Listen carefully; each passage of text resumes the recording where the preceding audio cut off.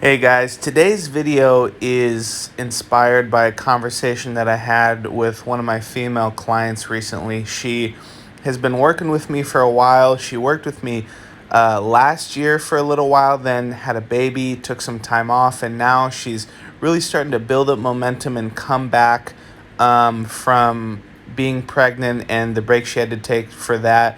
And she's getting back to the point where she's breaking old PRs again. She's getting to new lows with her body weight, and she's really starting to see all the momentum of her training build up to the point where she's getting to where she wants to be as far as meeting her goals. And so I was a little surprised when she messaged me not too long ago and said, "Hey, I feel like I've plateaued. Like, what can we do to break through this plateau, specifically with my weight loss? Because I feel like, I'm not really making progress, or maybe I'm just not making progress as fast as I should." And so I had to kind of sit down and have this conversation with her, and it made me think of something that I think a lot of us fail to do, whether your goal is weight loss or just getting really, really strong, or maybe a little bit of both.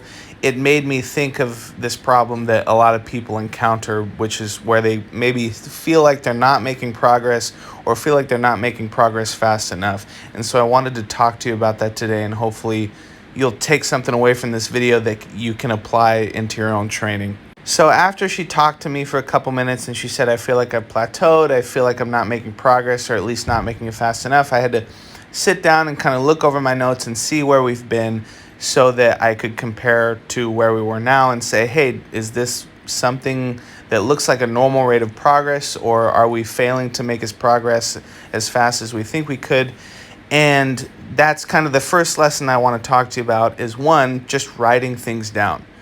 A lot of people don't want to write things down because it's boring and they don't like it. I don't like to write things down with my lifts. I don't like to write my own programs. I don't like to have things planned out, partly because I'm just lazy, but also because my schedule and the way I want to train and the lifts I want to do week to week change so often that a lot of times if I write something down, I'm not going to actually do what I wrote down. And so it kind of feels like a waste of time in addition to me just not wanting to do it. And so for my lifts, I developed just a really simple habit of writing down not what I plan on doing, but what I actually did in the workout. And so if I benched a certain amount, I write that down. I write reps, sets, and the date, and how much weight I used. If I ran a certain amount of miles, mileage, speed, and the date. Very simple, takes less than 30 seconds. But 3 months from now, when I'm trying to say, have I gotten any better, and I'm comparing workouts I do 3 months from now to the ones I'm doing now, I actually have a record to go back to, and I can see, 2 months ago I ran this much or lifted this much, and this is what I'm doing now, so I'm making good progress. I'm on the right path.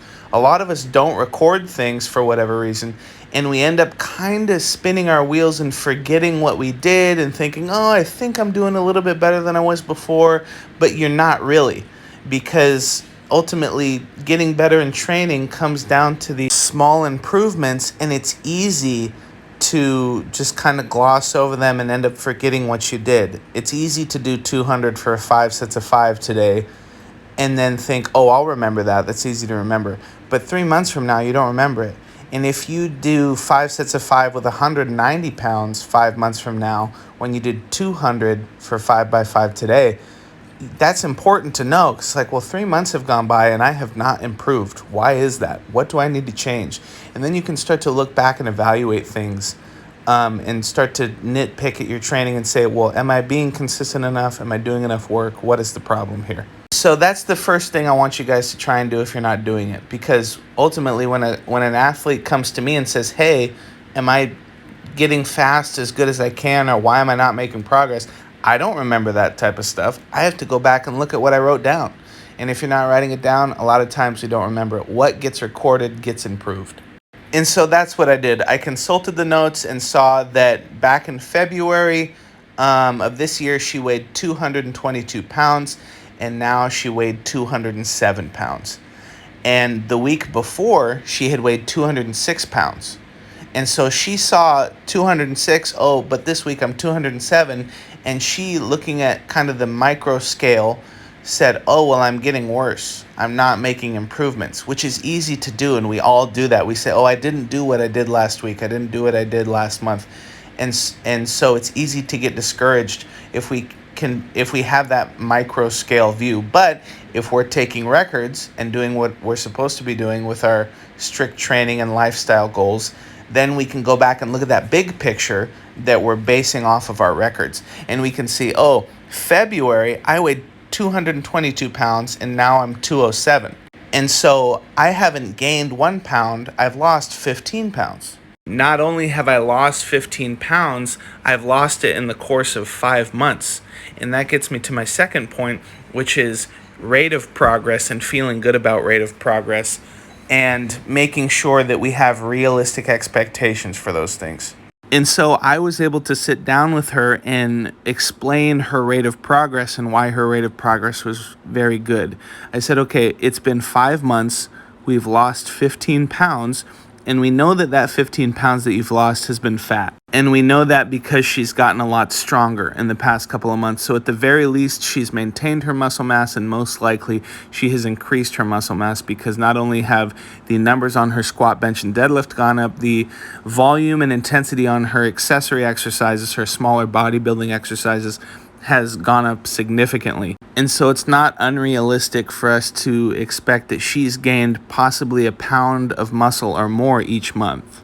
And so when we consider that she's lost 15 pounds of scale weight, but also most likely put on 3 to 5 pounds of muscle, that's over 20 pounds of body fat that she's lost, most likely. And when we break that down and do the math on that, what does that end up being? Well, that ends up being 1 pound of fat lost every single week for 5 months, which is an incredibly fast rate of progress, and it's excellent progress. And she achieved that by training hard and focusing on increasing the intensity of her squat, bench, deadlift, increasing the volume overall of her bodybuilding accessory exercises, doing a little bit of cardio at the end of her workouts, and just kind of making sure that she wasn't eating at McDonald's 3 times a week and getting in some protein after her workouts.